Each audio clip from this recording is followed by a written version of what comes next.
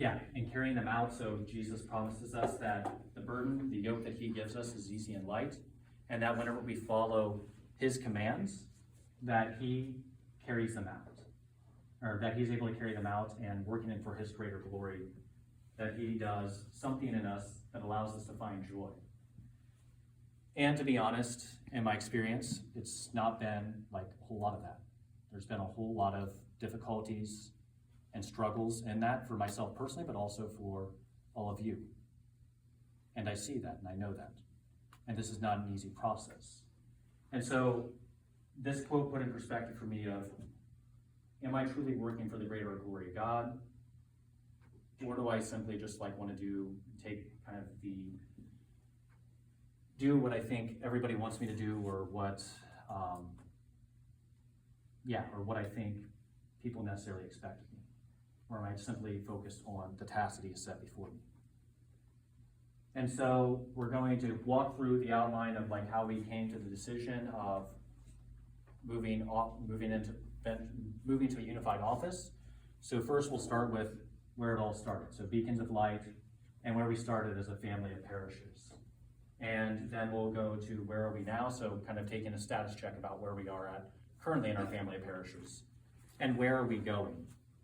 And then ultimately, what's the plan moving forward, and what's that tentative plan, and what are the things that we need to figure out yet?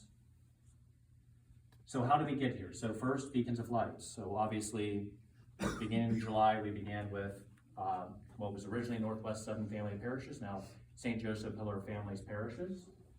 And what led to Beacons of Light? Well, there's a number of things. So first, fewer people, fewer priests.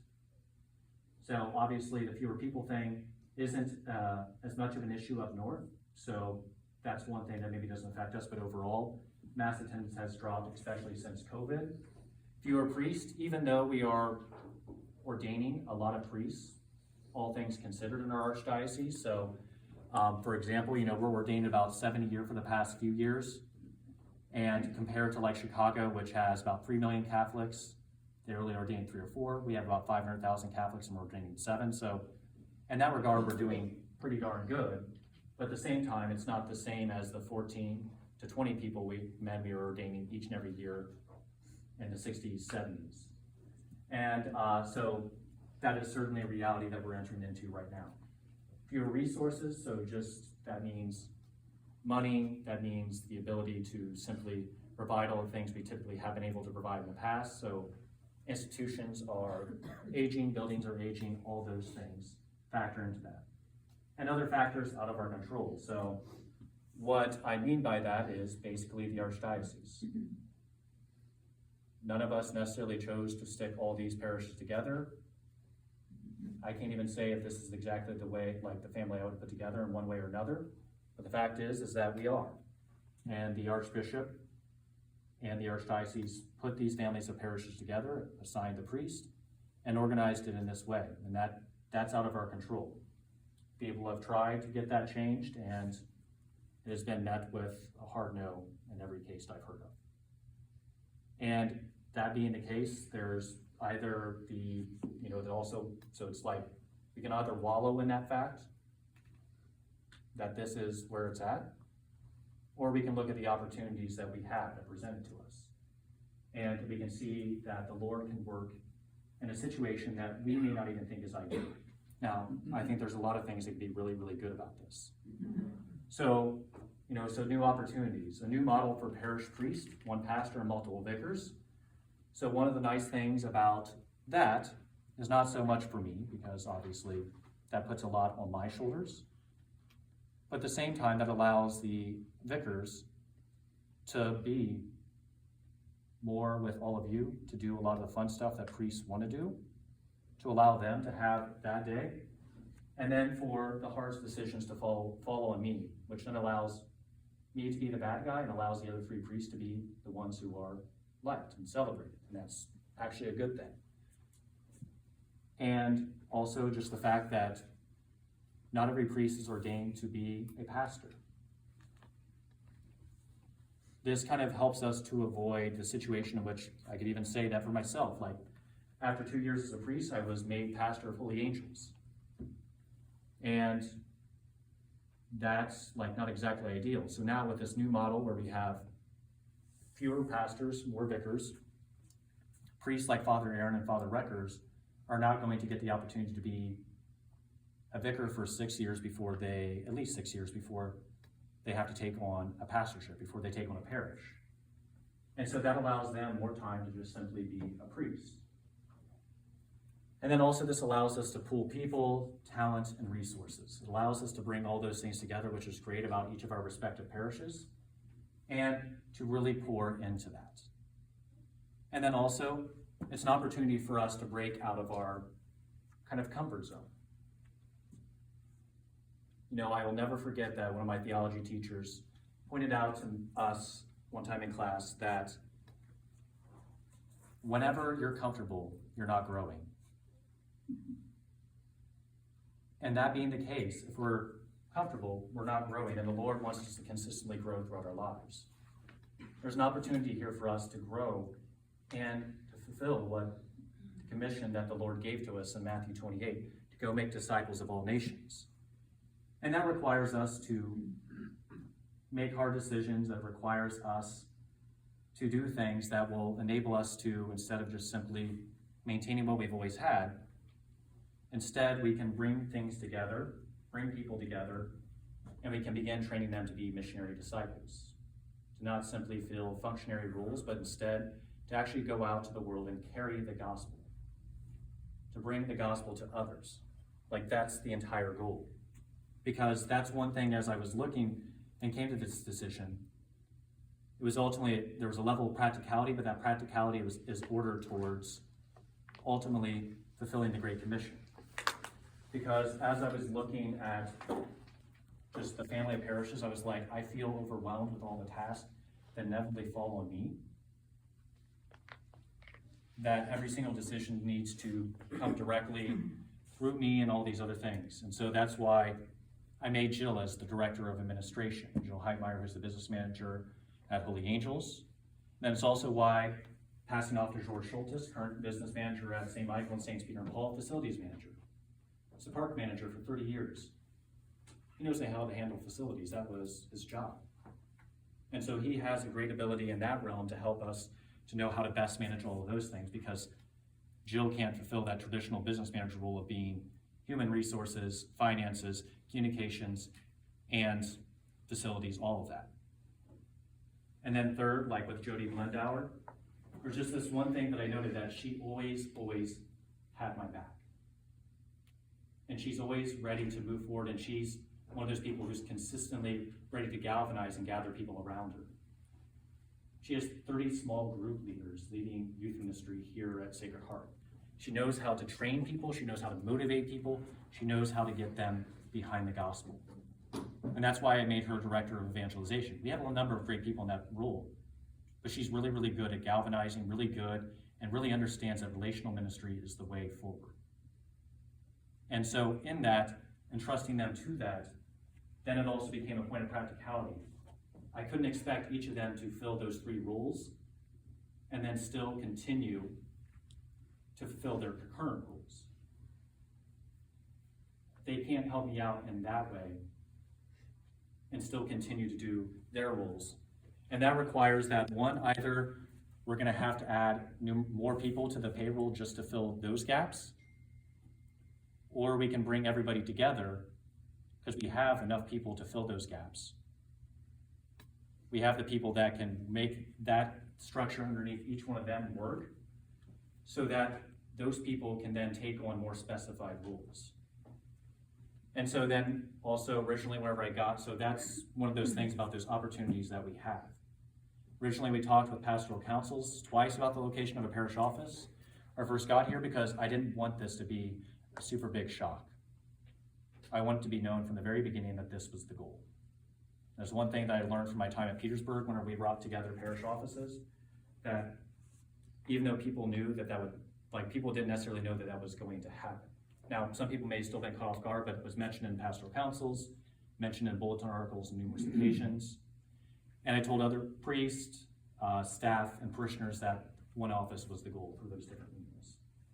And then beginning in November, my leadership coach, Tate Higgleford, and spiritual father coach as well. He had this great idea to sit down with each staff. So he sat down with each staff at each of our respective parishes and wanted to collect their concerns, their fears, what their fears were moving forward. And so he collected that from each individual parish office to gather what their individual fears, concerns, and also hopes were for the future of our family of parishes. And then we had a subsequent conversation. Second time around, we met briefly with everybody together, but then we broke off into administrative and religious education groups. And then those groups broke down into smaller groups and began having discussions about how to move things forward as a family of parishes. And so those were often staff-directed discussions in which I appointed certain staff members to oversee those discussions among themselves. So I was not present for most of those meetings. And then review with the Archdiocese Human Resources Office, my Archdiocesan liaison, and also other close collaborators, like I mentioned, Father Sean Wilson, a number of other priests, and some other lay people, to just give me some feedback on what the best model moving forward was. And so just to give you an idea of what the situation currently is. So 4 priests, 1 pastor, 3 vicars, around 30 staff members, most of whom report directly to me. 3,500 mass goers, 3,600 Catholic households, hundreds of volunteers, 4 pastoral councils, 4 finance committees, 4 buildings and grounds committees, and many other committees and groups, all reporting directly to me. Then we have around 20 buildings, 4 cemeteries, 4 church buildings plus 2 chapels, 3 if you count laymen, and also it's kind of funny that I have 4 cemeteries because whenever I was pastor of Holy Angels, I didn't have any cemeteries, and somehow I got 3 parishes and 4 cemeteries, so that's kind of odd how that happened. 3 different communication processes, 3 different ways of making decisions, redundancy in bookkeeping, record-keeping communications, and other areas. And then 4 unique cultures to each parish, which is beautiful at each place, and that's going to continue. But in all these different ways, you can see that each and every place I have to think in a completely different way. Who do I need to talk to in order to communicate this out? How do we do check signing? Wait, how do we do money accounting here? How is this done there? There's a lot of things that I have to three different ways in which that happens. So there's all of those things there. And what am I currently balancing? Having somewhere between 35 and 45 people / groups that report directly to me. It's a lot of people. Managing 3 different offices. A lot of times, that is just a lot to take on because I can't see everybody. Even where I pop into an office, most people are not full-time. So even where I pop into the office, it's oh, they're not here today. Because they've got a different meeting, they got these other things. And so it's, in all honesty, I pop by as much as I can, but a lot of times, and they've got appointments, they've got their own lives, gotta take kids to practice, gotta take them to doctor's appointments, all those different things. 34 different processes for everything, as I've already mentioned. 4 different committees for everything that each operate in its own way. The way in which each pastoral council, each finance committee, each buildings and grounds committee operates is different from everybody else. And again, that kind of makes it hard for me to know what exactly is they're supposed to be doing, what they're responsible for, and a limited ability to process and pass on feedback. So there's a lot of inability on my part to I get a lot of input from people, complaints, compliments, all those kind of things, which is all fine. But right now I don't have a close circle of people on staff or in the parish that I necessarily think that operate with me, can see things from my perspective, and thus give me that honest feedback, while also having the interests of the entire family, having the interests of the priest, having the interests of the staff, and all the parishioners at heart. And so that makes it hard for me to really be able to process all of that and to make decisions. And then stepping on unknown landmines. There's been a number of times where I've done something that even oftentimes unintentionally, didn't know I was doing something different, and then all of a sudden somebody got really, really upset with me. Fired off an email, call, whatever. And that again is just sometimes it's hard for me to process that and know exactly what to do and how to handle it because there's so many other things going on. So even though I hear that, It's like I'm focused on so many different things that I can't give my attention to that or that.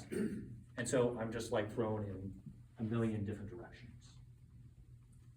Now, there are a number of foreseen difficulties with bringing the parish offices together.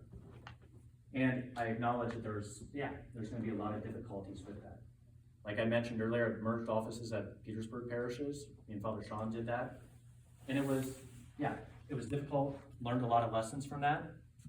There's a fear of moving offices together with parochial favoritism. So is one parish going to be favored over others? There's a real fear of losing their presence in the community, including priest presence, and maybe especially priest presence. And like those things are all legitimate. And I guess just like one thing with that is like, I'm really dedicating to making sure that that doesn't happen. And I'm really dedicated to making sure that we still have that presence in the community. And that's like where I rely on all of you to kind of give us feedback on that. And then also just the outreach to less mobile parishioners. So what about those parishioners in Laramie and McCartyville that can't drive to Sydney or can't get to Sydney? What about that? How are we going to address them? And that's, again, a legitimate concern. And then scheduling masses, sponsor forms, and other paperwork pieces. How's that all going to work? And again, we thought about a lot of these things, but we're still working those things out about exactly how that's going to work. And also, there's going to be hiccups along the way. There's going to be moments to where it didn't happen exactly the way I wanted, or those kind of things. And there's going to be failures along the way. But Dave Ramsey, I love this quote because there's a lot of quotes like this. Success is just a pile of failure that you're standing on. We need to stop being so afraid of failure because that just keeps us in the same spot we've always been. And the Lord's calling us out to more. And I guess I was going to say this for the end, but I guess I'm going to step out and do this now. If you think about the story of Peter going out to Jesus, he's asked to step outside of his comfort zone, outside the boat, to do something a little bit different. Because if you notice, the Lord commands Peter to come out. Like, Peter wants to come to him, right? So he says, Lord, like, command that I come out to you. And Jesus says, come out. And Peter gets out and he begins to walk on water, right? But then what happens, which is so often what happens with us? The storm, he noticed the storms raging around him. He was originally focused on Jesus. He was focused on him alone. But then the storm rose up around him. And of course, that storm can be a metaphor for the storms that we face. People complaining, people are upset. This is hard, this is difficult. It is. But the Lord gives us the power to carry it out. Like, we're so scared of that we don't trust the Lord through it. Like, am I saying that this is divinely inspired? Not necessarily. I prayed about it a lot. I thought about it a lot. I put a lot of discernment into it.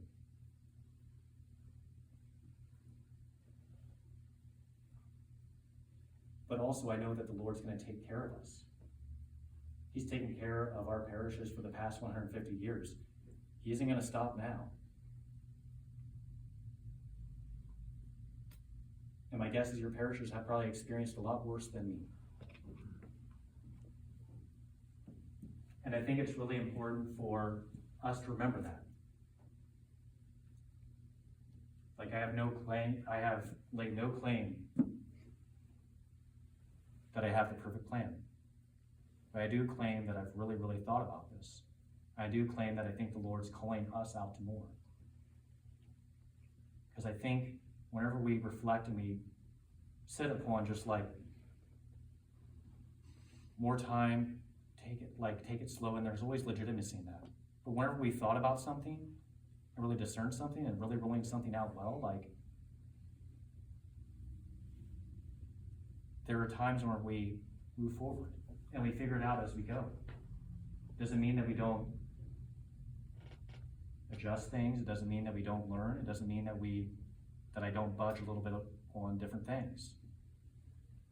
But it does mean that there is an invitation here for us to trust the Lord. And I think it's also important for us to reflect on what's already been good in the midst of beacons. Our parishes already operate extraordinarily well at the initiative of each and every one of you and so many people in our parishes.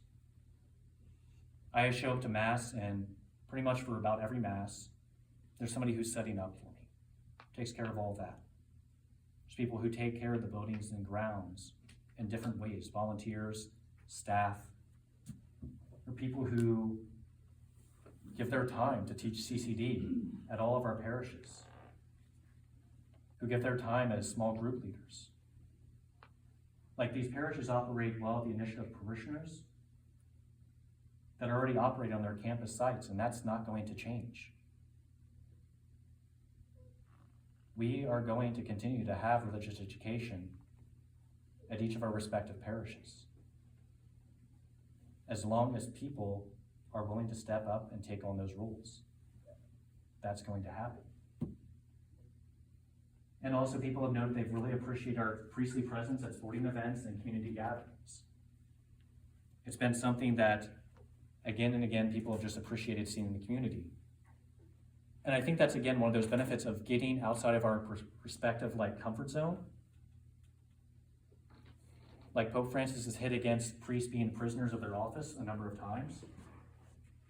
And that's because at sporting events, not only do you get to see us supporting your grandchildren, your children, but they also, and they see us there, so your grandkids get to see us there, see that we're supporting them, but also people in the community, people who don't go to Mass anymore, who've fallen away from the church, people who may not even be Catholic. Like, that's the space in which we want to operate as priests. And so those have been one of those things of that's something that I want to be able to do more of. I want to not have to just simply be a boss. I want to be free to do more of that. Priests teaching adults more often. Father Mondyke has 70, 80 people at his Schoenstatt class. I think at one point I heard 100, so maybe that's the case. So either way, it's a lot of people, right? Father Reckers is doing a book study in a home of somebody in Fort Larned. And even for me personally, one of my goals through this whole office unification is that my goal is next year, I really wanted to teach something for Lent, but I realized I don't have any time. I can't do it. My goal with this is next Lent, I want to be able to teach a Lenten series, because I love to teach, and I just haven't had that opportunity all that much this year. Priests presenting and teaching CCD, for youth ministry, RCA. People have really appreciated, they can send an email. One of the nice things about having multiple priests within our family is, for example, we have 825 Mass at St. Michael's, so wherever you only have one priest there, they can't show up to CCD, which is at 825 too, right, during Mass. And now that one of us has 7 a.m. Mass, we can actually make it over there to teach class. And so we've been able to make it into those classrooms on a number of occasions to make our presence in those classrooms possible. Priests have typically not taught RCA in the past, and we're doing more of that this year. Youth ministry, we've been more involved in that, and that again is something that a lot of our parishes haven't really experienced before. People have really appreciated our focus on love and reverence for the Eucharist as well as priests. People have noted that our priests celebrate Mass in a way that shows that He is our all, and that He should be your all, because He is our all. And since the Eucharist equals Jesus, that means love for Jesus has increased. And that's a great thing. Diverse but engaging homilies overall. So we've seen, people have complimented all of our homilies. Father Recker seems to have the most favorite ones because he's the shortest, but that's good. So he's really good. And Father Hess and I have about the same length. His are organized, mine are a little more from the heart. And then Father Mondyke is Father Mondyke, so he just spits out straight gold. And so we see those kind of beautiful things that people have noted that they really appreciate that. And good communication. People have really appreciated the bulletin articles, the Vicar's Corners, videos, and then also like we're having town halls, like again. We're trying to communicate with you all as much as we can, right? And people have noted that the Vicar's Corners have helped them to understand a number of things about the Mass, about the faith. And also opportunities of sacrifice for others, and thus opportunities for grace. There is opportunities whenever the Lord calls us out of the boat, asks us to do and give up perhaps some of our comforts. There's grace there. And to encounter with Christ is an encounter with the cross. An encounter with the cross is an encounter with love. Because the cross is the greatest act of love.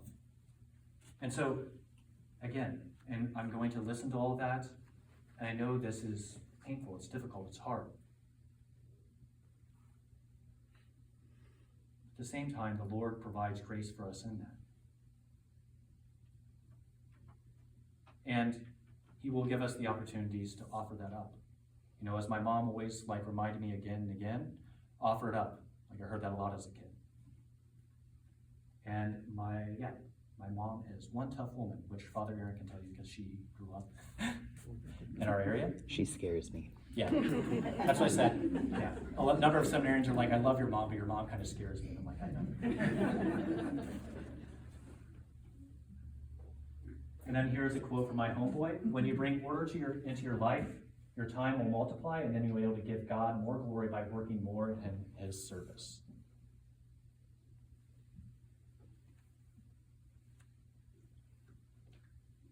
This is all oriented towards bringing order, not just to my life, but to our parish's life, to our family of parishes. Even though I'm proud of the way that we've been able to communicate and get things done, that can always improve. We can improve in so many ways. But if all of us are always just kind of running around, we don't ever take time for him.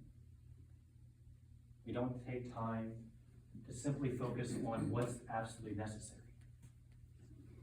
And so by bringing order to this, it's going to give us all more time to do what the Lord asks of us, and to even open up new avenues. So how will it be better?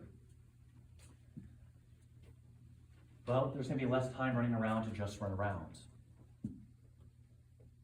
Like every day, I just kind of feel like this need of okay, is this hour and 15 minutes, is that enough for me to run over and make it to another parish office? Just to stop in, and again, people may not even be in. That's constantly a fear and something I have to attend to is I've got to make it over there just to let them know that I'm here. And so it makes it really difficult for me to just that takes up so much headspace. Building a unified office culture. Each of our offices has its own personality, its own gifts, its own talents. At the same time, there's an opportunity that if we're all together, that myself and those that I've entrusted with these roles of leadership can make the staff not just simply functional or efficient, I hope those things are true, but also helps to make them disciples, helps them to grow in their faith, helps them to become more than they currently are. And that's what all culture, and then that culture spreads to all of youth. More employees with big picture perspective. Right now, just given who are our family employees who are paid for the entire family, it's myself, 3 vicars, and Steph Pullman, who is our coordinator of sacramental life. It's only 5 people with my perspective. That big picture perspective will be invaluable, not because it's going to make everybody think mega and not care about individual churches, but it's going to help us to weigh plus minuses for every decision based on what is best for the entire family, but also who do we need to attend to. And more people with that perspective will be able to say, oh, hey, Father, we really are neglecting this group of people, or we really need to address this. more inputs, or more people with that perspective, that's going to help us to be more effective in our time and our use of our time. A more balanced division of labor. So right now, a lot of our employees wear 10 to 15 hats. They do and perform a lot of different roles. And that's okay, and they do a great job with it. But also, whenever you're balancing that many roles, it also means things get neglected inevitably. And by bringing everybody into a unified office, that means that those multiple employees can wear more limited set of rules. So that way they can focus on getting really good at 3 or 4 things instead of feeling like they have to just do every little thing. It reduces office redundancy. Again, that's the same thing related to that. That there's many different things, and it's like we don't necessarily need to have 3 different people that do the record keeping. We don't need to have 3 different people that do, actually 4 different people that do the communication pieces. That reduces that redundancy in which just one person can do all those. Not all of those things, but one person can do those individual areas. Or 2 or 3, fewer people can do those individual areas. Employees can better utilize their natural working styles. So one of the things that Jill sat down with the employees to talk about is what do you like? Give me your list of responsibilities, but then also give me, tell me what you like and what you don't like about what you're currently doing. Priests can be more free to be priests and to do priestly things. I've already mentioned this. You can be more a part of the community. Can't mention that. Standardized scheduling. So that way we can make things a little more unified. It seems like one thing that all of our employees don't necessarily care for doing is the way that liturgical ministry scheduling currently takes place. So how can we better streamline that? How can we better do that? So that way we are handling it all better. Fewer direct reports for pastor and others. That creates, again, instead of 3 people, I'll now have 7 people if you include the vicars reporting to me. That's a big decrease. Create an opportunity for staff to pray together. This creates an opportunity for us to all come together to pray, because whenever we have, each office prays each day together. And I learned a lot about what's going on in our staff's life when we pray together. And so having people together will allow them to pray together, and it helps to inform us more of what's going on in each office. That's my water. And more input available when problems arise. So, whenever an emergency, kind of happens, whenever something affects us immediately, instead of just being me and maybe a vicar, or me and 1 or 2 other employees, now we're gonna be able to pull everybody together and be okay, you do this, you do that. And instead of an emergency falling all completely on one person, we're able to come together, have that meeting, and break off, and people will be able to take different responsibilities. So that way it's not a day or a week ending kind of thing that arises. The plan. So move offices beginning July 1st, 2023. Develop a plan for limited office hours. 3 to 4 is what we're currently looking at St. Michael and Sacred Heart. Multiple people have suggested that priests also have some limited office hours there, which we are also very much so open to. Figure out how to best schedule masses and handle other paperwork. Reorganize the way liturgical ministers are scheduled. Obtain employee feedback on office layout, so we still want to gather from them what's going to be the best utilization of the space that we have in Sydney, and make those necessary adjustments to the office space. Establish core office hours for all staff. So again, religious ed staff will remain where they currently are, because we're not real sure that's going to work out. Obviously, their primary ministry is to people at respective parish, so they are going to remain there as we try to figure out what to do there, but to still establish core office hours for all staff for 3 to 4 hours a week. So that way we're all together for meetings, to have a meal together, to get to know each other a little bit better.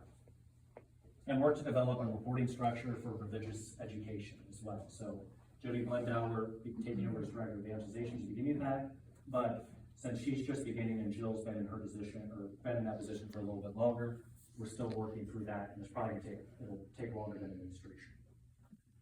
implement a new organizational structure for the entire family, develop a new decision-making process for the family.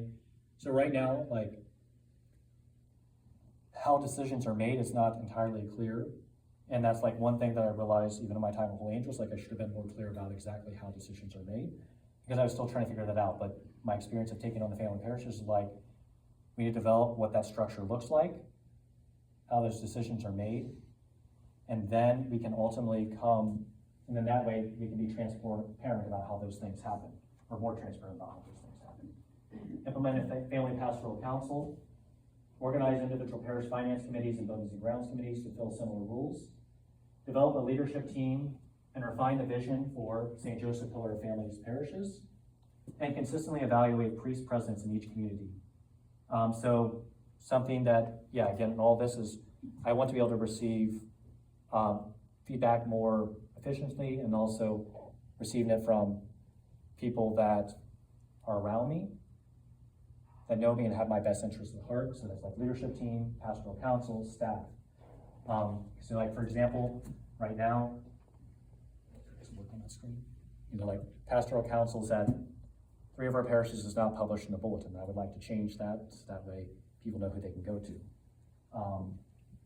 Those kind of things. So the vision, 4 missionary disciples, saints.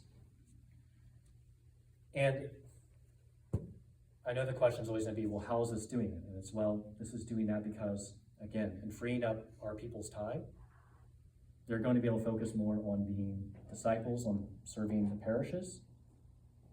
I'm not going to be spending as much of my time running around, and that enables me to then be more in that spirit. To have people rooted in prayer and the sacraments. I want people to be rooted in the reality that each of you are called to be holy in your everyday lives. It is something that the Second Vatican Council made abundantly clear. And in some ways, we've kind of, we've forgotten this, not that I don't think people necessarily think that, but one of the things that happened following the councils was, one of the cardinals was asked, the council approached St. Josemaria Escriva, whose big thing since 1928 had been the holiness of the laity, and said, "Congratulations, Monsignor, your idea won out." And he's like, "No, it hasn't." Because nothing in the rule of the laity has mentioned that they're called to be contemplatives, that they're called to be saints, they're called to be people of prayer. We're obviously people of prayer because, well, we have adoration days.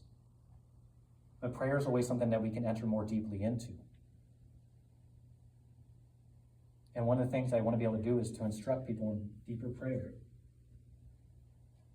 And what I want to invite people into is a deeper relationship with the Lord and the sacraments, to see in the sacraments the font of all that is good, the font of all graces, and to make Jesus and the Eucharist our everything. At the core of each and every one of our beings, there is always a desire for more, a hunger that we can't satiate, and there's only one thing that the Lord gave us that satiates that hunger. That's Jesus, and especially Jesus in the Eucharist. He is the one that alone suffices, that provides for us. And that's ultimately the goal in the end. And again, like, I understand that that's all hard to see through a lot of this, that how is this going to help us in that? But I do also want to just say thank you to everybody who's just giving me their support in the midst of this, in the midst of many other situations. So many people have reached out to me in many different ways over the past week and just offered me their support, their confidence in what we're doing, and their trust in that. And I am so very, very grateful for that. Because I know that this is tough. I know this is hard.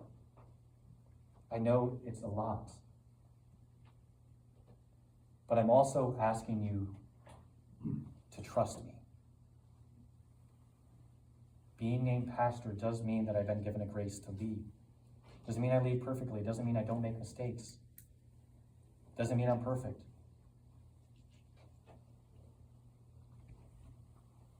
But it does mean that I honestly have all of your best interests at heart. And just because I don't do it the way that you want or expect, I can't possibly do it the way that everyone wants or expect. That's impossible. That's impossible. And so I want to just say, like, thank you to everybody who's offered their support, and thank you to everybody who, even if you disagree with me, that you're still here to express yourself, but I also think probably to trying to grapple better with what's going on. And that, you know, that this is truly the goal. And that I'm going to open up for questions, but one thing, and I forgot to do this last night, is that, so we're gonna have time for questions and answers. So you can come up next to Father Aaron. He'll be kind of the line, the manager of how that's gonna work. So you can come up on this side for questions. And then as you ask questions though, I want you to state your name. And then I want you to state one thing that's been good about the past 8 months, something good. And then you can ask your question.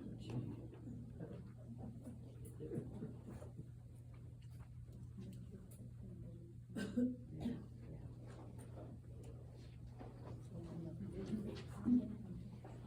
guess I get to start the line. Yep. I'm Dave Kaufman from here at Sacred Heart, and one good thing in the last 8 months is just some of the changes inside of the Mass,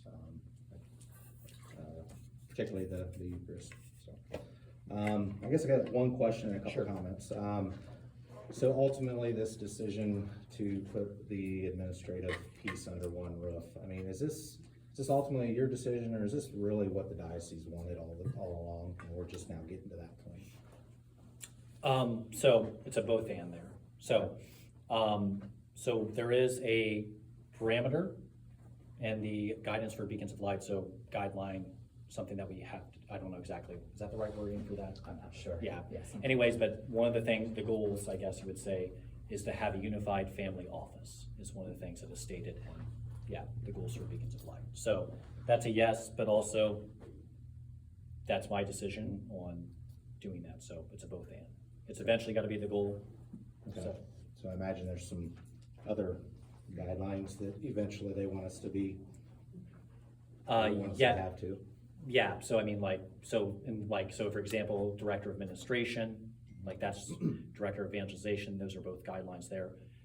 Supposed to be there, and also director of, well, they say director of worship, but coordinator of sacramental life. So those things. Yeah. Sure. Yeah. Okay. Couple comments. This is my opinion. Can't Sure. speak for all the other parishes, but so we got some administrative issues and just a lot of issues. We didn't have these issues a year ago. I think we all know what has happened in the last year. Sure. We didn't have those problems when the parishes were functioning on their own. Well, what were the, I guess, what's an example of that? Sorry. Well, example of that is everything we just talked about was the administrative issues that are. Well, but I'm happening asking right for now. an example of what administrative issue, like what's an example of that, of an administrative issue? The fact that all the issues that we're trying to fix right now by putting it all under one roof. Okay. So there didn't seem to be an issue a year ago with Well, yeah, but we 4 were- so- parish offices.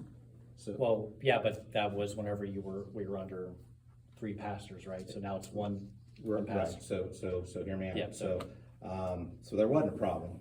Well, now there is a problem because of a change that was made. So what we're trying to do is the best analogy I can come up with is a health analogy. We may have a problem that possibly got misdiagnosed, and we're trying to treat it with a drug or a pill, and that drug or pill is the only thing that's going to do is cause more side effects. And those side effects then are going to get addressed with another pill, and that's going to create more side effects. So we're just I feel like we are treating side effects, and in my opinion, we're going to either continue treating side effects, or we need to look at the root cause, which is that's a big thing that maybe we can't necessarily fight, just a little Sacred Heart or a little St. Joseph here. But, I feel there's a problem and we're just treating side effects at this Okay. point. So that, Sorry, Steph, are you getting that down?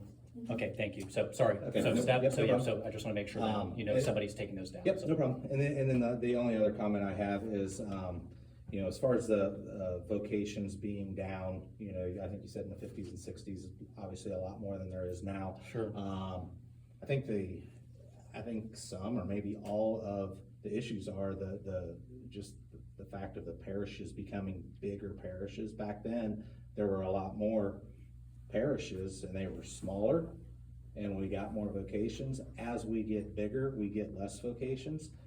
Chicago, I mean, they're getting nothing. They're huge there.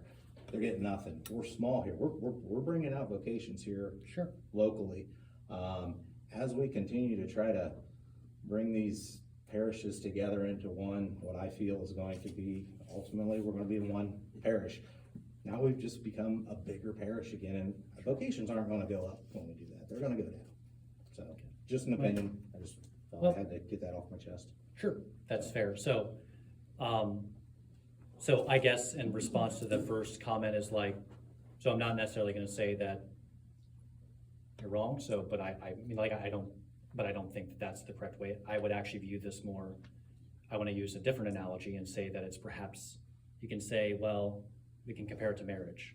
So you get married and all of a sudden something that wasn't an issue a year ago when you weren't married, now that you are married and that you're living with each other, of course issues are gonna rise. Mhm. So that doesn't mean that you shouldn't have got married. It doesn't mean that something's wrong, but it does mean that the issues need to be addressed. And you need to talk about it, and you need to work through it with one spouse. Whether it's a quirk, whether it's a more serious behavioral issue, whether it's just learning to overcome oneself, whatever those kind of, and like developing a new, like the realization like, oh, the two became one, and that's like a big deal for me. So I would say that you could also look at it as another analogy in that regard. So that's one thing there. And then with the vocations piece, I don't think smaller necessarily equals vocations, because where Father Aaron and I are from, both from St. Mary and Philothea, both of us were brought into a parish that was combined, and I would say that part of the reason why we probably started getting vocations even from our small little parish was because we were brought together with Coldwater, which had a slew of 2 vocations about 10 years before both of us were ordained, which then, because we were a larger family, because we were a member of a cluster, I saw those individuals being ordained, and that kind of perked, right? So I think even having the exposure of the fact that we have Adam Burning here at Sacred Heart that's gonna be ordained a deacon, and this year we have Deacon Patrick Lemon who's gonna be ordained a priest, and 2 other men from Holy Angels, those are situations in which we do have vocations there, and now that's gonna be visible to the entire family, not just to our own individual little parish community. So, you can say that maybe it will, maybe it won't, but also part of that is are the priests able to live out a priesthood that's attractive to those men, right? To the young men in the parish, which is also part of the goal of what we're all trying to do here, so, yeah. So, yeah, I guess bigger is not always better, and that's how I would. Well, sure, that. I agree. So, but your marriage analogy, I don't agree with that. In a marriage, there's 2 willing partners. There wasn't 2 willing partners in this, in my opinion. So that's all I got to say. Okay. Thanks. Well, but that's also dependent upon us, right? Excuse me? But that's also dependent upon us, right? So, I mean, we can be unwilling partners, but the fact is we are together, so why not try to work with each other? I mean, That's not how marriage starts, so it's a great analogy. Yes. Could you speak out this way when you're? Oh, okay, I'm sorry. Yeah, I apologize. I'm really sorry. All I can say is I agree 100% with what he just said. Okay, I great. witnessed that. Yeah, back in the 1970s or 80s it was, I was a representative for the Sydney Deanery. We had meetings in Cincinnati, Mhm. and the Archbishop at that time wanted to know what the problems were, you know, or whatever, bring them up. And it seemed like the big parishes had lots of problems. And not only that, it was brought out that he said, we needed more priests, we needed more priests. And I didn't realize it, I thought, well, we did, which is true. Mhm. But then when I got back home, I realized our parish priest, I'm not gonna name him, because you all know him. But anyhow, he said he was amazed. He said, living and working with small parishes, he said, we were producing most of the priests. And at that time, I think there was like out of the last 12 priests, 9 of them came from the small parishes, and only 3 came from came from the small parishes. Sure. And the others came from the big parishes. And so then the question was even asked, why shouldn't there be more priests coming from the big parishes or whatever? And the Archbishop admitted at the time, he didn't realize that there was that big a difference. And he was also talking about getting rid of maybe these small parishes and have bigger parishes. Sure. The question that was asked then, where are you gonna get your priests from then? You know, and it was just a plain, simple thing. Yeah, but, yeah, and there is some truth in that, but let's also, I mean, like, so if we're looking at, objectively speaking, I mean, like, Sacred Heart, St. Michael, and Holy Angels would all probably be considered larger parishes, right? So On their own, they would be. on their own. In the archdiocese, if you look at the number of people coming to masses, all 3 of those parishes are very large in the general scheme of things. And so that obviously hasn't affected necessarily our ability to put out vocations. And there are also there are also large parishes to where there are a number of vocations. Like the whole idea that it has to be small in order to produce vocations, like that's a false dichotomy. God calls somebody no matter what. So, yeah, like it's like, I understand what you're saying, and I'm not saying that there isn't truth in it.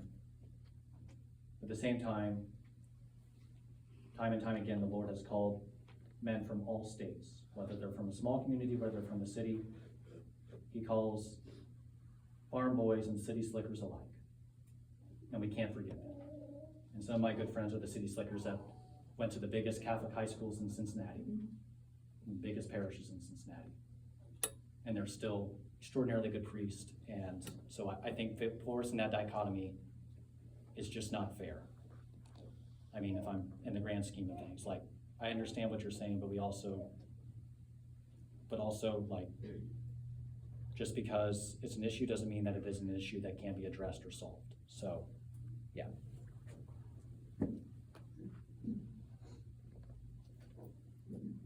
Got a question? No, go ahead. Go ahead. I'm next. Annette Kaufman, I'm from Sacred Heart, and I think what I like the best in the past 8 months is that I can receive the Eucharist kneeling and by mouth. I like that. I've got a cold going on. So That's all right, don't worry. I have about 6 questions. Okay, great. My first one is, when we, inevitably, it sounds like it's gonna happen, when our parish offices all combine, is the money also gonna combine? No. Is So- that gonna stay that way forever, or are you gonna eventually?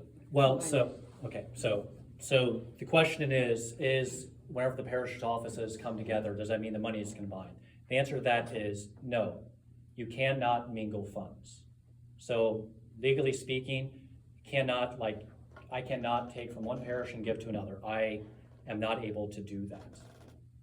We do have a shared cost agreement, which is how all the priests are currently paid, how staff is paid, and how other shared expenses are paid. So we have that agreement down with finance committee, so that's there.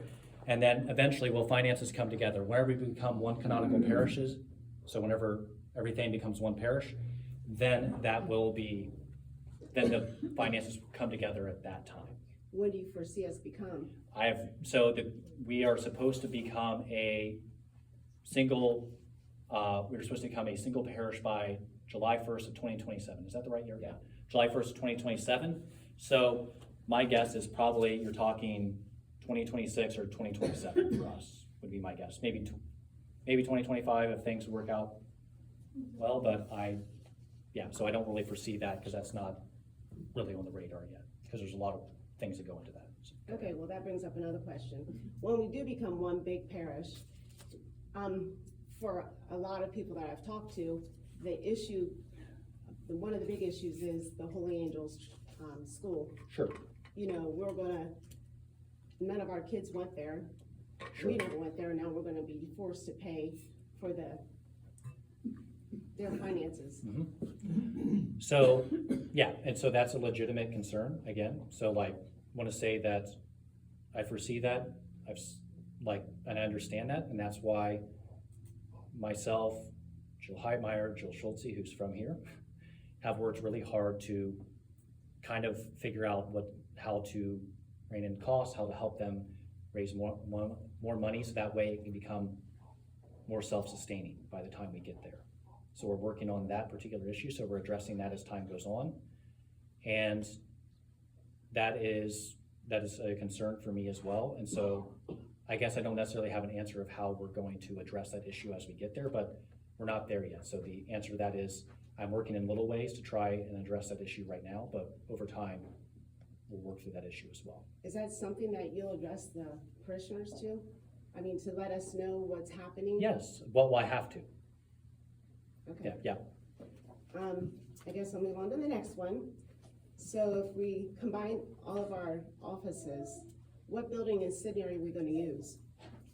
So that it is the old convent, which is across so if you walk out the back of Holy Angels, across the street, there's a 3-story brick building. That's the building where it'll be. So there used to be archdiocesan offices on the first floor. They vacated last year. So that's the space there. Will we have to renovate it? Huh? Will we have to renovate the space for all these people coming in? Not in any major way. I mean, we'll probably have to put in phones, some jacks, those kind of things, but that's So it won't be that costly? No. What's gonna happen to the empty office spaces that we have?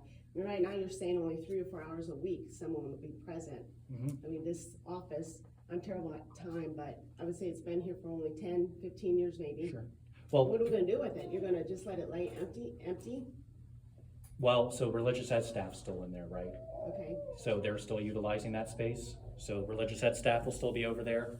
And then also, I mean, we still have the St. Philomena staff, which will, no matter what, will always be here anyways, too, as well. And so what exactly is gonna happen with it, I don't know, but we have thrown around the fact that St. Philomena is expanding, and could that somehow become their administrative offices or be even utilized for space for them? Those are different things that we're trying to look at right now. So nothing definitive, save that the religious ed staff are still gonna be there, and St. Philomena's administrative staff as well. So that's, one more question. Yep. Everybody, all the parish offices, when they combine, will everybody who has an existing job now still have a job? yes, So you're not gonna lay anybody off or No. anything like that? nope. Okay, thank you. Yep.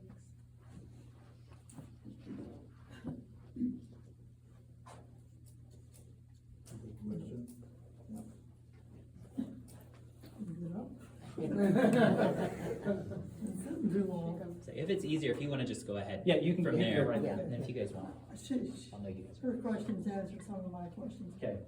But I would like to know at the present time, for all our records, baptismal, confirmation, wedding, Yes, the funerals, graveyard. Yeah, That'll yeah, all cemetery, stay yeah. Here.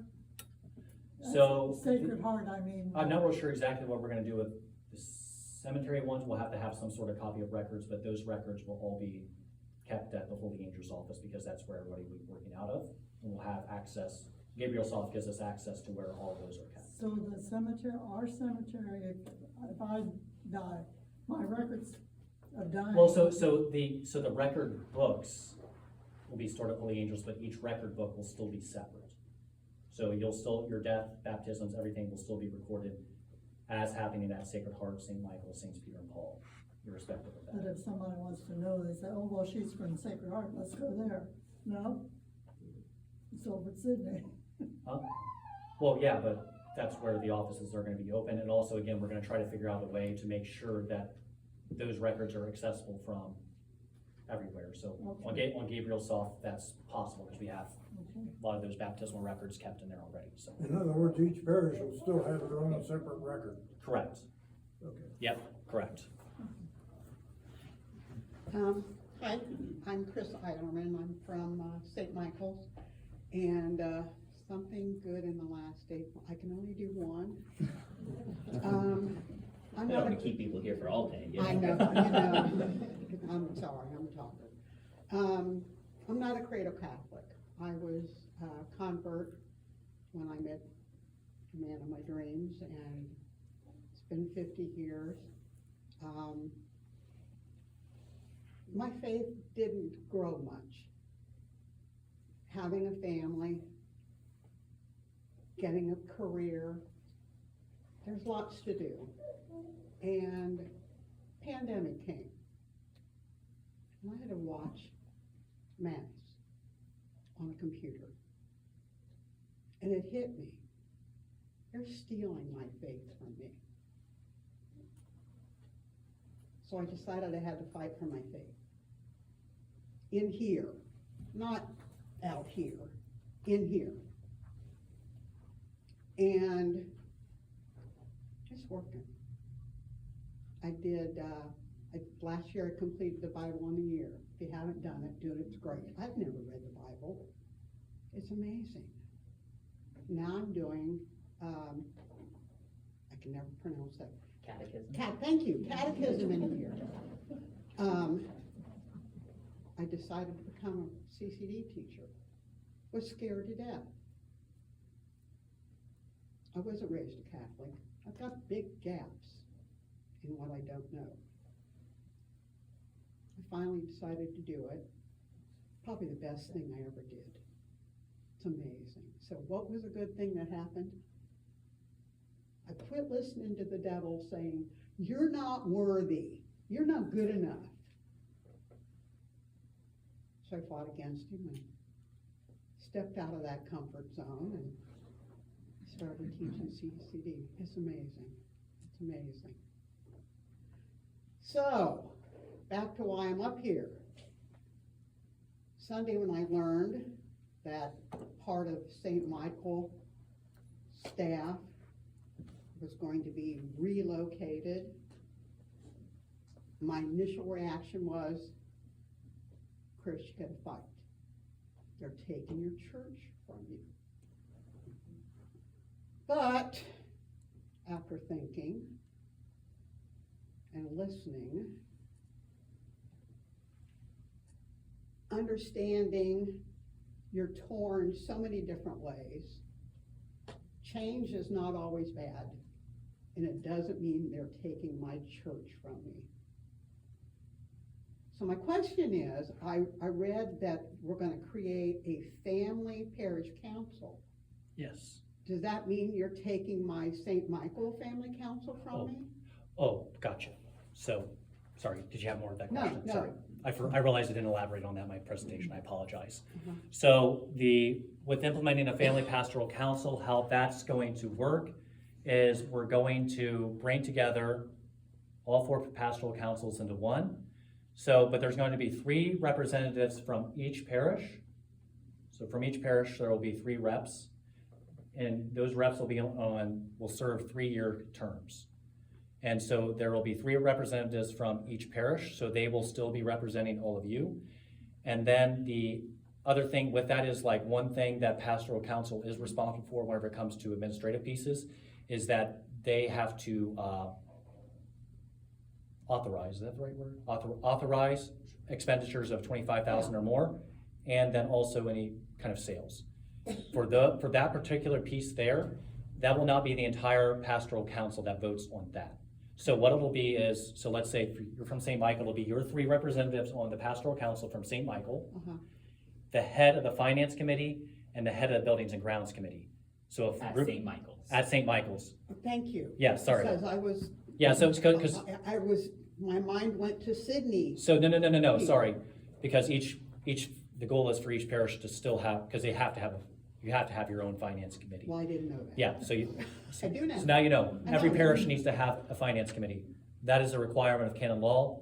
Pastoral council is not actually in canon law, that's an individual law here in mostly the United States, but especially in the Archdiocese, but head of buildings and grounds. So for those decisions, those individuals be the ones who vote on Okay. those kind of issues. Okay, Okay, so does that make sense? yes. Okay. I don't feel so defensive, thank you. Yes. Yeah, and again, my goal with that is to also publish each and every person on those pastoral councils' names in the bulletin, because we do that at Holy Angels, and that's been something that's been extraordinarily helpful to me, so, Yeah, yeah, so, thank you. yeah. Does that change after 2027 when everything's merged? I guess, I hope, I will have to maybe figure out a way to do that even after the merge, but I don't know yet, so that's not something that I've necessarily thought about, so, sorry, I don't know how that's gonna work at that, so. After 27? Okay, yeah, so, I mean, so, my goal, so, again, this is assuming that, like, my goal would still obviously be have representation from each of the parishes that had previously existed. How we determine that once everybody's a parishioner of the entire family, I'm not really sure, but I would hope that we'd be able to make that work, so that would be my personal goal, but how we work that out, I don't know yet, so, go ahead. Mary Schmeezing, Yep. something good about the last 8 months, I've been able to go to daily mass with my husband, which isn't because of weekends, it's just because we've been able to do that, so it's a great, great blessing. And I'm actually gonna read this because I'm hoping that it will help my question make sense. Okay. I wanna begin by saying that I love our parishes and our priests and the church. And I need the church, and I need the mass, and I need the sacraments to survive. And I'm eternally grateful to our priests for providing them for me. Their priestly vocation is a precious treasure for which I am grateful, and it grieves me when they are distracted from that role by diocesan pressures. I also want to acknowledge and admit that I owe a debt of gratitude to those from previous generations who have gone before me to provide the beautiful church and parish that we have at Holy Angels. It is all gift. I did not do anything to deserve it. I am just a steward of what I've been given, and therefore I don't feel like I have the right or authority to be involved in the dissolution of our parish. So in the search for a solution to my concerns about beacons, I remember that there was a season in which the diocese was directing renovations, which included tearing out altars and statues, and that we were able to keep ours at Holy Angels because we compromised and painted them brown. Because we preserved them, we were then able to restore them. And so my question is, might we be able to keep our parishes if we compromise and ask for an exemption from the plan? And the reason being, it seems that beacons has been agreed for both the people and the priests. Could we take off the pressure if we had an exemption that would give us extra time and the freedom to explore alternatives? The website says we can go at our own pace, so can we slow down and evaluate and ask for an exemption?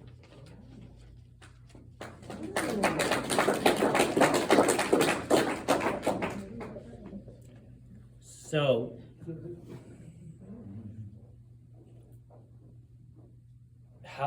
so I guess in looking at that, it's like, again, people have approached the diocese, and that's gotten a hard no, similar questions. And so the simple answer is, like, I don't think you're going to get an exemption. And so the answer to that is, like, I don't think it's possible. Can we try? If you don't ask, you can't expect. Well, so the priests have asked, and it's like, to be honest, I'm like, There are priests who have asked, there are also parishes and parishioners who have gone and asked, and nothing has happened. Anywhere, there's been no leeway up to this point. so, I have something to add to that. At what point is the Archbishop gonna understand, or are we gonna have to say, okay, I'm not funding any more money, if you don't care how I feel? Is money gonna be the answer? That we all just say, okay, we're gonna just keep it in our pocket, you know, I want the church to be upkept, it's beautiful, I want it to be taken care of. But what do we need to do to get him to understand? And is that our only resolution? Well, I think that's only gonna hurt us in the long run, because then if you do that, then what's gonna lead to is, remember how I talked about that we're not gonna have to cut any staff in this current thing, then those discussions become part of that. And like, I guess in the long run, like, that's gonna only end up, that's only gonna end up being more detrimental to our parishes, in my opinion. So.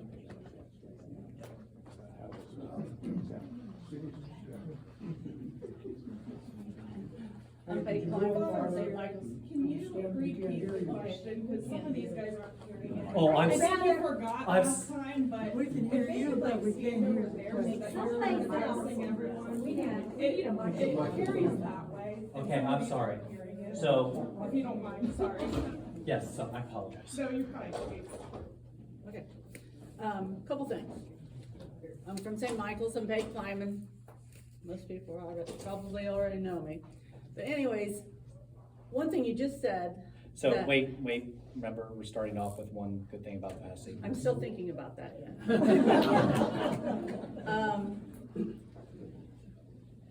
You said that the Archbishop will not change anything, but I thought you said you had the final say I do, about our parishes. yes. So can you not slow this down and come a little slower with everyone? I mean, this is a big change for all of us. We're proud people. Yeah. And we've all worked hard for these parishes and for these churches. And here all at once, everything's been changed. And I understand at Fort Larman, we had Father Steve for a long time. Mhm. I understand that. And so, but that wasn't the only church we ever went to, you know. And all at once, now we gotta change it right now. There's no time of thinking and going into it slowly. I mean, it's like, okay, we gotta turn the key right now, we gotta change. And when you said that, Archbishop, no, you Well, have the it's- final say to slow it down. I said it was a both and, so I did take my own responsibility, so that's, Okay, another thing is, I brought it up last night, with the priest, of not knowing the priest, or getting to see the priest, and helping the priest out, to get to know the parishioners, and stuff like that. Why cannot, if we have to have the rotation on the weekend, fine, but during the week, if a priest can stay at one parish for a whole month, so that the people can get to know him, when they go to the weekday masses or whatever, that they can get to know a priest, and the kids get to know the priest, and stuff like that. I still don't understand why that wouldn't work, even though I know what your answer was last night, but it's still, it's a start. It's not in, out, in, out, in, out. And that is a very big concern of mine. And the people say, you don't know what priest, the kids don't know what priest. So, there's just a lot of changes been done, I feel, a little too fast for what, and I feel like we're going back before Vatican II, so, thank you. gotcha. Okay, so, thank you, so, I guess to address the first thing, like, this is my decision, but also like, again, we've gotta move forward in this process. We wanna talk about going back, but like, to me, that also just, like, if I'm being honest, it kind of just sounds ironic to me, because what priests read in the office of readings throughout the season of Lent is the Exodus story. And the people constantly say again and again, we gotta go back, we gotta go back. And Moses has to keep on reminding them, like, there's something else beyond this. I'm convinced there is something more beyond this for us. Like, I'm not saying it's not difficult. 40 years in the desert is a lot. They had to rely on Moses to open up the rock for them. Like, there is a lot there. So like, one, that's part of it. Number two, like, is it a lot? Are we progressing? Of course we are. But I also think part of that is, like, either we can hold on, like, to be honest, like, the office change was just like something that's been looming over me. So one, like my own personal conviction and prayer. But also secondly, like, it's gonna have to be made at some point. So like, do we just wanna hold on to kind of forever? Do we just wanna hang on to like what has been for as long as we can, or do we want to try and make it work as best as we can? Like, I think we have a choice there, and again, that's something that we can choose ourselves. And then also with getting to know the priest, like we also said last night, so I'm not real sure the answer that we gave. We explained why we did this initially, but we said we're open to lengthening that rotation in the future. Like, that's something we're constantly evaluating and thinking about as priests. So it's not like it's not been something we've never discussed or that we're not open to. And that's part of that. So that's, yeah, those are those things. Just real quick from last night, so one of the things, what she mentioned was that, one of the things to keep in, like, we rotated for a week just so that everyone could get to know all the priests at first. The monthly thing, maybe there's a good thing there. The concern is, so like right now, let's say I am at Sacred Heart for the month of March. That means I won't be back at Sacred Heart until July. And so sure, I've got 4 weeks to get to know the family, get to know the kids, but then they've got 3 months where they don't see me. And so then in a month, they've got to kind of start that process over again. So there's kind of the pluses and negatives versus they see me at least once a month at weekends and at other events. There was another thought that I had, Sure, but I don't remember it, so that's okay. So, okay. My name is April Harshbarger, and a good thing in the last 8 months is I think that people are now trying to step out more and stand up for our local church to keep things the way we like it. My question was, as a follow-up to what Mary said, according to canon law, an archbishop has to put in his resignation when he turns 75. Yes. And Archbishop Schnurr will be 75 in June. Yes. And if this is something that's being pushed mainly from the archdiocese, is there any hope that the next archbishop might not feel this is the same focus we want to look at? Or That's a possibility. Why are we in such a hurry? Why are we in such a hurry then? If we might get a different archbishop, why are we in such a big hurry? Then let's wait and see who we get. Because the likelihood is that, like, I'm saying it's possible, but do I think that given the way in which the nuncio and probably most other dioceses are already looking at doing the same thing that we're doing here, and other dioceses have already done something similar to what we're doing, I don't think you're likely to get somebody who's going to, I mean, like, it's possible. I'm not saying, like, I'm not gonna stand up here and just say, like, oh, I have a crystal ball and I know what the next, like, I have no idea. But again, like, I think the whole idea that wait, like, if we just keep on waiting, like, we can't move forward and see what this will be. And like, maybe he does change it and then I've got to eat all my words and then that happens and it's like, okay. And it's an opportunity for humility for me, and that's a great thing. I mean, like, the Lord can work through that too. So I see my opportunity for sanctification, whatever happens, no matter what befalls me. So my other question is, so will Father Steve then not be in the office? He'll be at, he won't be here in McCartyville, he'll be in Sydney for like. Well, it depends on how much you think Father Mike is in the office, because he's not. I have my offices here. I don't ever really see him in the office here, so. Can't hear you, Father. Sorry, I said, like, I don't even know. So she asked about, will Father Mondyke not be in the office here? And it's like, well, I don't see him around the offices here all that much, because he's mostly doing, because now that he's not pastor, one of the great things is he does a lot of Philomena appointments, a lot of stuff with Schoenstatt. So that's where a lot of his energy goes, which is a great thing. So, yep. So he'll continue to do those things for sure.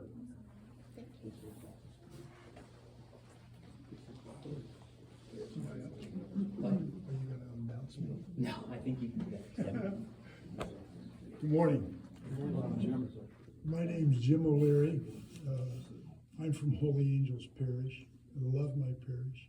Baptized there, went to school there. And what I'm hearing this morning is what I thought was going to be there. There's a lot of frustration. So, Jim, And, can you say what's been good about passing? Yes, I can. We have a great pastor. Father Jared, he's single-minded, and that's good, okay? Doesn't agree with everybody in this room. I took some notes, and it was about beacons of light, how it started. We already knew how it started. We don't know where it's going.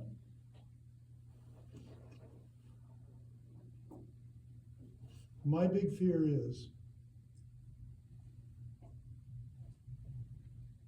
our priests are being eaten up with organization. They're spread out. I have to say, they better be, they're becoming hopefully better drivers because that's all they do. And that's a scary thing. I'm afraid I'm going to read something. When priests are out on the roads much more than what they've been in the past. So what have they been doing in the past? They've been present to parishioners. I don't know if any of you remember Father Lehman. You would see our pastors on the street, walking. Hi, how are you, Father? How you doing? And that was enough, unless you had something more pressing that you wanted to ask that priest. But it was good to see our priests. Right now they're being eaten up with time going to this meeting, going here, going there, and not really present to the people in their parish. And that's what I miss. When we first met Father Jared, he was our pastor, and he was present to us. And that's been taken away. I don't like that. Priests are being forced to lose personal connection with parishioners. Instead, they are involved in a lot of meetings. A lot more as I see it. Spent most of my time in Catholic education, 20 years as a teacher, 20 years as a principal. When you do that in a parish, I have an inkle that some of the same problems that I had, and most of my problems were in the 6 years that I was a principal at Holy Angels. I have too many relations with their kids. And they've got their expectations of me as a principal. A lot of us have expectations of our priests. But because we don't have that personal time to just say, hi, how are you? They're being rushed through the church. And that's the second thing that I think is a great thing. I love going to church in my parish, just as you do. But I like the fact that if I can't make a mass in my church, and I want to go to church not just on Sunday, I've got a family of parishes, and I can find out when those masses are, and I can show up. So I guess what I'm saying is, a lady I think from Fort Laramie says, I was afraid they were taking my church away from me. My fear isn't that. My fear is my priest's time is being taken away from us. Organizations, meetings, driving here and there. It's less of their personal time, and I need personal time with people, and especially our priests. And especially sometimes all it takes is just seeing them, instead of seeing them rush here, there, and they're all doing the things and trying to get in, seeing parishioners. We just had, in fact, I've been to the funeral home. It seems to be how we see people now. I'm close to 80, and but our priests are there, and they're getting that done, and they're saying mass. But it's that personal contact that I want. And I need that. And I think some of you do too. Thank you, Father.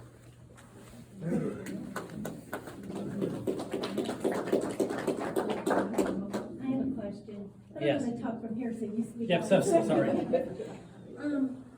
I guess one of the good things is I do feel like we've got some really good priests and we appreciate you. But my concern is with you, Father, as the pastor, taking all the responsibility that like Father Reckers is going to be a pastor someday. With you not. I am delegating stuff to them though. Okay, cause I got the feeling that it was all on you. No. So like, for example, like Father Aaron has like the principals report to him. Father Reckers, I have him, at least he's trying to meet with like the deacons, those kind of things. So I am giving them different responsibilities, including Father Mondyke too in different regards. So yes. So. Okay, but another concern is, okay, they're gonna take on these parishes, the financial stuff. Like if they're not used to working with that at all, and then they're put in these big, family of parishes. Sure. And they're not used to doing that, that could be a real downfall eventually. Well, so, and that's fair, but there's a couple of things that one, like, for example, Father Aaron does come to like finance committee meetings with some regularity. Other priests, like Father Reckers, and I think Father Mondyke obviously did that at one point too, right? Number two, like, I also trust like the bookkeepers that we have.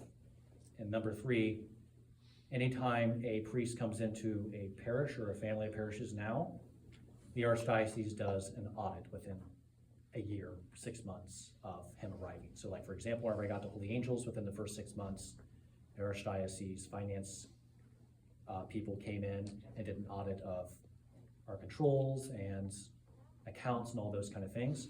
And the same thing happened for both St. Michael and Sacred Heart shortly after I arrived. And St. Peter Paul too. So. I just wanna make a comment too about, having time with priests taking time and especially meeting with the young people. I think that has a big effect. Sure. On kids Yeah. even thinking about going into the priesthood. I think it's important to reach out to them.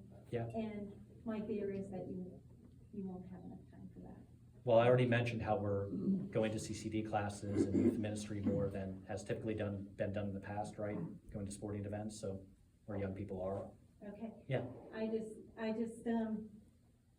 It's great going to those events, but if you don't reach out to them, it's kind of like, okay, they came, but you know what I'm saying, giving them. Oh yeah, and like obviously I try to interact with them like whenever they serve. Sometimes they don't necessarily want to because they're probably nervous about serving, or they just had to wake up for 8 a.m. mass, so they don't necessarily not all that talkative. But like I think a number of us try to chat them up in those kind of regards and like those little ways, and like to talk with them where they come out of mass. Like like I struck up a great conversation with a child after mass this past weekend, just without. They said they had to go home and like feed their show steer. I'm like, oh, you did that? I'm like, I used to show dairy cattle. I'm like, it's way different, probably easier, but like we were able to have that conversation, right? So we do make connections in that way, and it takes time. It takes time to make those connections too. So yeah. Thank you. Yes. Couple questions, but Aaron Harshbarger. Yes. Parishioner here at Sacred Heart. It's kind of a double-edged sword. Yes. Kind of like seeing the other priests, but Yep. I don't know if I like how it's done. Sure. Because every week, it's really hard to see a different person. For all the service, it's really hard because every priest is slightly different. Just so we can find Sure. a better way to see you without having such the rotation. Sure. So I think the biggest thing is trust. And I don't think it's intentional, but, you know, obviously the Archdiocese has some list of, I think you call it guidances of where they Correct, want yeah. to see things. And we kind of hear it as we're shifting that this is really where we're going. We didn't know that. You know, kind of like the offices, Dave mentioned something about the offices, you know. It sounded like the Archdiocese wanted the one office. Sure. I don't know if we knew that, you know, we did this. Well, so again, I've parishes. actually mentioned that in bulletin articles in the Okay. past, so like, I might have missed that, but. yes. But then the one parish in 2027 was all single funding and stuff like that. Maybe I missed that in the bulletin. Well, too. so I've talked about that on other occasions too, so I've not, so I have said that like single. So we got a list of all the guidances, what the Archdiocese. So, wants us yeah, to those do? should be, I think those should probably be accessible on the Maybe website, read them I more, would assume. yes. I have not. Yeah, looked at sorry, them. the website they set up for beacons, in my opinion, is not all that great, so sometimes it's hard for me to find that stuff, but Okay. I think in theory it's supposed to be on there. Obviously, they send a lot of that stuff to us, but So what does the one parish mean? Is it Uh, the building? or is- no. So not necessarily, so sometimes it means that, so there's different formulations for what parishes refer to. So parish refers, typically speaking, within the code of, so parishes and the code of canon law can refer to a particular church, but also more accurately, it refers to a territorial area. So it refers to territory, so to space on the map. So it's a territorial reality. So the Archdiocese of Cincinnati is a territorial reality, that goes from the Ohio River up to All Glaze, Mercer, Logan County, and then kind of goes down the eastern side, I forget all those counties over there are, but it's a territorial reality. And so ultimately what parish means is that instead of having 4 separate parishes with 4 separate territories, that becomes one territory. Canonically speaking, so it becomes a juridic person. So that means in law, so like a corporation is a juridic person, and the code of canon law, a parish is a juridic person. So those 4 juridic persons then become one, or unified into one juridic person, and then that effectively also means that financials become one in one way or another. There's a way of, I'm not real sure exactly the details on that, so don't ask me that because we're still trying to get clarification on what that all looks like. But those are kind of the, I guess, do you think those are probably the big 3 things to address with that? Is that? I think so. You mentioned does that mean we become one building? And I don't Oh, think yeah, that is sorry. the case. No, that's in not the any case. way. I Is mean, it one name? Like we lose Yes. Sacred Heart? well, so There's- this will still be Sacred Heart Church, and we tried to make that very clear as we were making the name for St. Joseph Pillar Family. So that is just the name for the overarching umbrella. But this is always Sacred Heart Church, and it will never change that. It'll always be Holy Angels Church, St. Michael's, St. Peter and Paul. It's just the overarching umbrella is St. Joseph Pillar of Families. So 2027 was a goal date for that. Correct. What's after that? We journey together as a Is there anything parish. else coming up that we aren't aware? Because 4 years isn't very long. I mean, it'll be pretty quick, but. Well, yeah, so I mean, it'll be coming up quick, but also I guess with that, like, I can't say for sure, right? Like, I can't say what comes after that because I don't have the crystal ball. Again, like, it's one of those things that I assume what that means is that we journey together as a single parish and continue to form missionary disciples and to continue to grow in faith and to rely on our Eucharistic Lord as our all, so, yeah. Okay, thank you. In the interest of time, I have this written also like my Mary did. I appreciate Father being here and answering these questions. He had to know that he was going to receive some difficult questions to answer. So mine is sort of following up with what Aaron said. The uncertainties are really troubling. So I'm going to read this to keep it short. So, as we proceed through this Beacons of Light process, there are some issues that are not clearly understood. To proceed in a meaningful way, the answers to these concerns need to be understood by all of those involved in the process. Personnel in the Archdiocesan office, the priest, and the parishioners. It would have been good to have an Archdiocesan representative here, because these need to be answered by the Archdiocesan office, not the local pastor.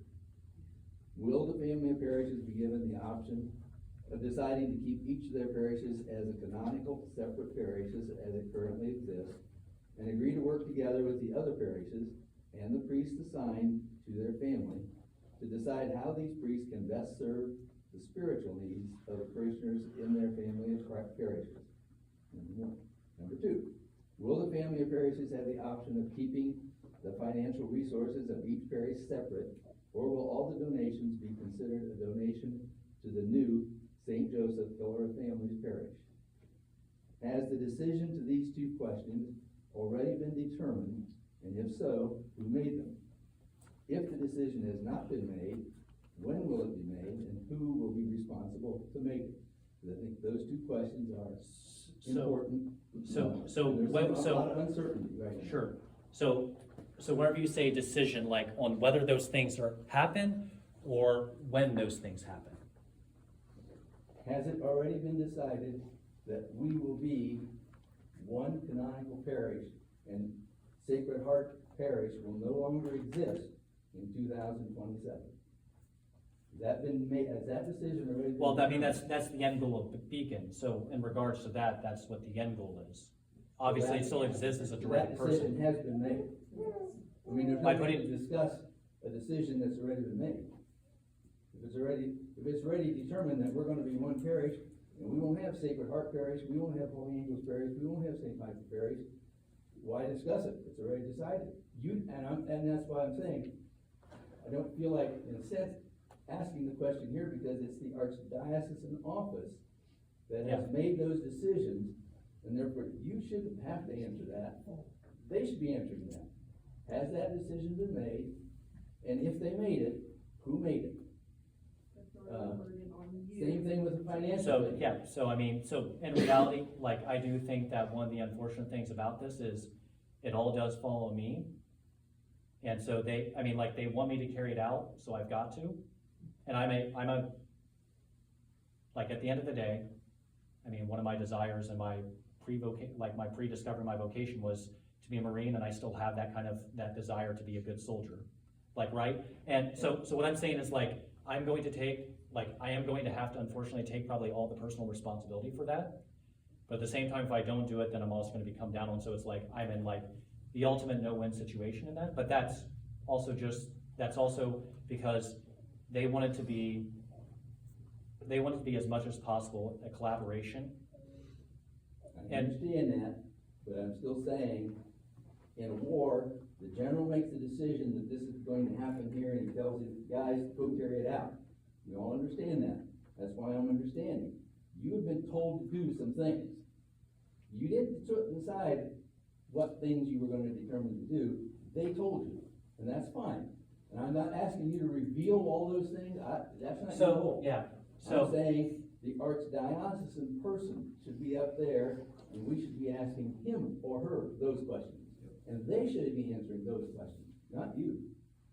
Which goes back to when the archdiocese attacked, I felt attacked, I know several did, during COVID when the churches were closed. Our concerns got thrown on, I'm from St. Michael's Parish, sorry. Our concerns got thrown on Father Steve Schaub, when what really should have happened is the archdiocese should have came here and listened to our concerns in the end.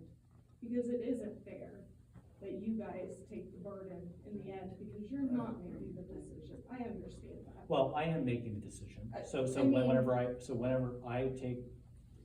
That's a big decision. They're So pushing sure, this. sure, yeah, so that big end decision, you're right, but again, I'm taking full responsibility myself, like, But then I'm a man, so.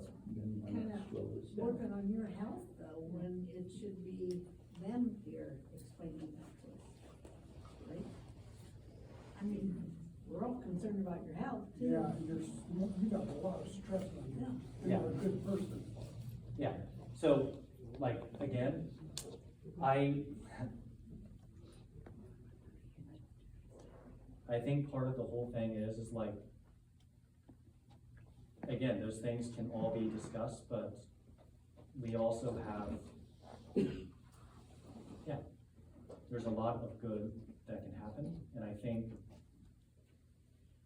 that at the end of the day, like, whenever we talk about all of this is, like,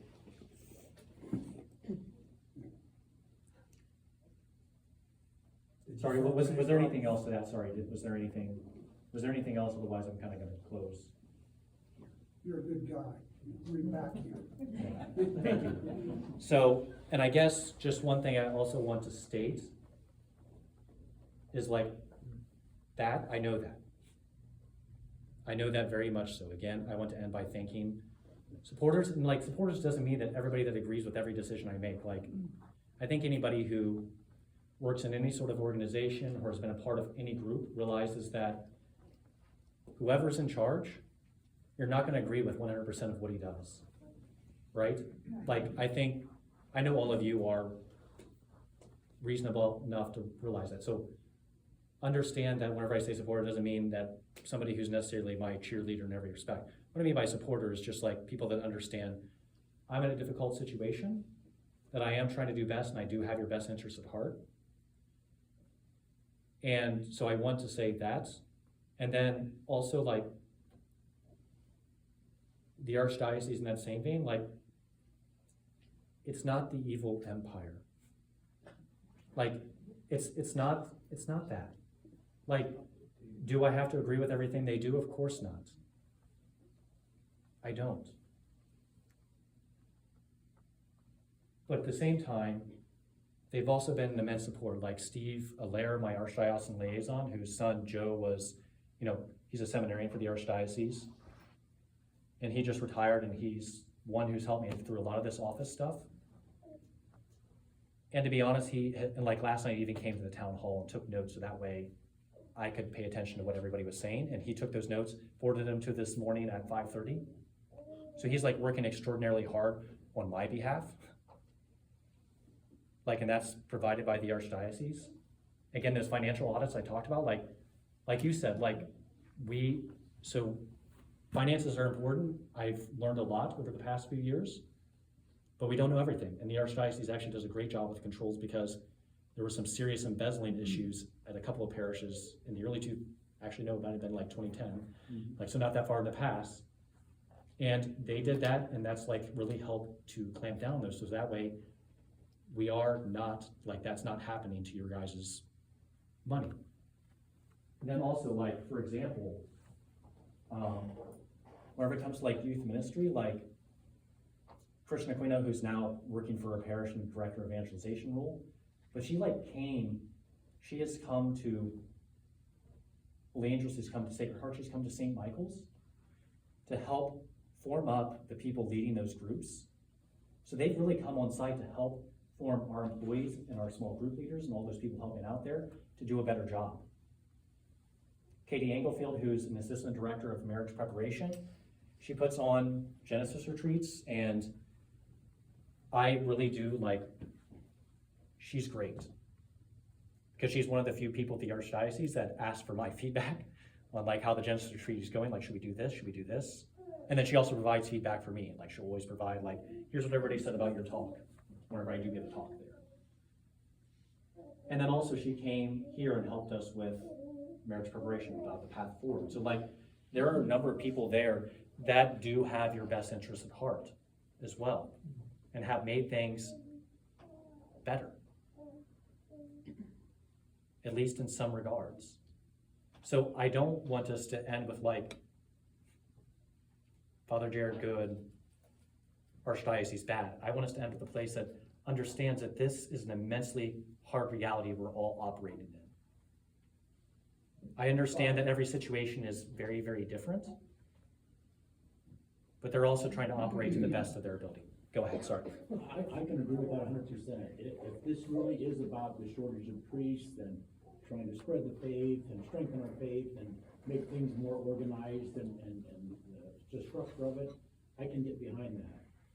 But if there is an ulterior motive by, not you, but by the Archdiocese of control of combining these 4 parishes into one and doing that throughout the Archdiocese, instead of dealing with 200 and however many parishes, they only have to deal with 50.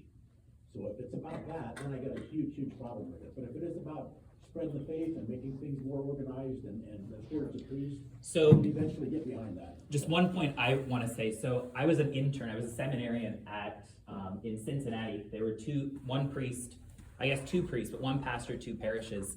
And I was actually at the meeting where they sat down with pastors to kind of be like, okay, like this is the reality, where are we gonna go? And it was actually like from some of the pastors' concerns, not that all the specifics of Beacons of Light, but it was from the pastors' concerns that they were seeing in parishes with their parishioners, with their own selves, that actually led to them taking seriously, okay, what is the future going forward? So it's not just the Archdiocese saying, oh, this is what we're going to do. It actually came organically from priests, from parishioners as well, who were like, maybe not all the specifics, but they're saying, okay, something needs to be adjusted or changed. So it's not necessarily that there's a control there. It did come from a place of concern. Yes. I guess my thought on that too is I know that the parishes have diminished more in the cities, and I get that. But since we have bigger parishes here. Sure. I don't understand them combining our parishes. And I don't understand, there's 4 priests here and 4 parishes. Sure. I don't get it. I don't. Well, so I mean, but so this is also a forward-looking thing, right? So we're not gonna always have 4 priests. That's part of the reality. And to be honest, like a lot of these things is also oriented towards that day, because if you go down to 3 priests, then guess what? I'm even more taxed. So a lot of these things are being done so that way, whenever that happens, because it'll happen in like, we'll find out in March or April probably, and then all of a sudden I've got 3 months to figure everything out. And so like part of this. To be clear, not necessarily this March or April. We're just saying like in a March or April. Yeah, sorry, just wanted to make sure. Yeah. So I'm hopeful that that's not going to happen for a while, but that's like part of the reality that we will have eventually deal with as well. So like that is a forward-looking thing on my part. One thing I think you're gonna find out about around this area, and I'm sure you know that, you guys especially know that, that the community is going to be here for you and they care for you. Yeah, They for may sure. not, agree with you all the time, but they do care for you. Oh yeah, and again, I have no doubt about that. Like, the reason why I came here today is not because I want to tell you all you were wrong, it's because I love you all very, very much. And I want to hear from you, and I know that you may disagree with me, but I do want to hear from you. And like authentically, a lot of the things I have heard, like, for example, again, like somebody brought up pastoral council, like maybe have priests having some limited hours in office, like, I'm willing to do that. Like, we're talking about that. Maybe we need some more time, and like, again, I'm open to that if we can make it work. Like, these things I'm open to, but I'm not gonna tell you like, oh yeah, we'll definitely do that, because I'm getting 6 different suggestions about the same thing. And I can't just make a decision on the spot without consulting with those other people who I'm asking to take on these roles of responsibility. Like, they need to have an opportunity for buy-in and input for that on that too.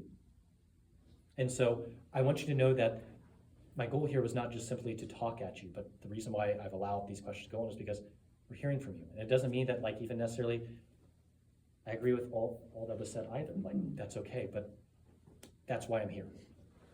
So. It's not really a question, but I'm from Sacred Heart Sure. Parish, and my favorite thing is that all the parishes are so vibrant. And we live real close, and it's always so nice to see cars at the church. Yes. There's always vehicles here, and I really appreciate that. And that each of you priests that we have are excellent, and you all bring your own grace to Mass. Sure. But I just was wondering, is there any way that as a parishioner, we would have some kind of access as to who's gonna be doing the Mass the weekends, or what your rotation is, or some kind of schedule? So yeah, so that one's come up a couple of times. So again, that's something that I'll have to discuss with the other priests to see how they feel about we have that. some idea what's going Yeah, to sure. happen. And I've heard that before, and to be honest, until the past few days, I kind of forgot about that suggestion, but now that Steph's writing it down, Steve took it down last night, well, that'll definitely be on my radar of things to address, okay? So, all right. One more question. Sure. We heard that one rumor, and I don't know where it came from, is that you guys are driving around all these places and you're not getting paid for the gas. That's not true. I mean, like, we can get gas money if we want, so you're allowed to get mileage. I sometimes forget to turn all mine in, so I don't keep the greatest track of that, so. Yeah, so I'm pretty bad at keeping track of that at different points, so that's my fault, that's not. All right. I have a quick question. Sure, sure. Just want to clarify something. On the parish councils, Yes, okay, we'll have representatives yes. on the big ones. Will we still keep our regular parish councils then, for each parish? So there'll be unified family council. Yep. With representatives from each parish. Yep. Well, thank you everybody for coming. Let's end with a prayer. In the name of the Father, the Son, and the Holy Spirit. Amen. Our Father, who art in heaven, hallowed be thy name. Thy kingdom come, thy will be done, on earth as it is in heaven. Give us this day our daily bread, and forgive us our trespasses, as we forgive those who trespass against us. And lead us not into temptation, but deliver us from evil. Amen. The Lord be with you. And with your spirit. Through the imposition of my hands, the intercession of the Blessed Virgin Mary, and all the angels and saints, may Holy God bless you, the Father, and the Son, and the Holy Spirit. Amen. Go in peace. So we should gift you guys some gas cards.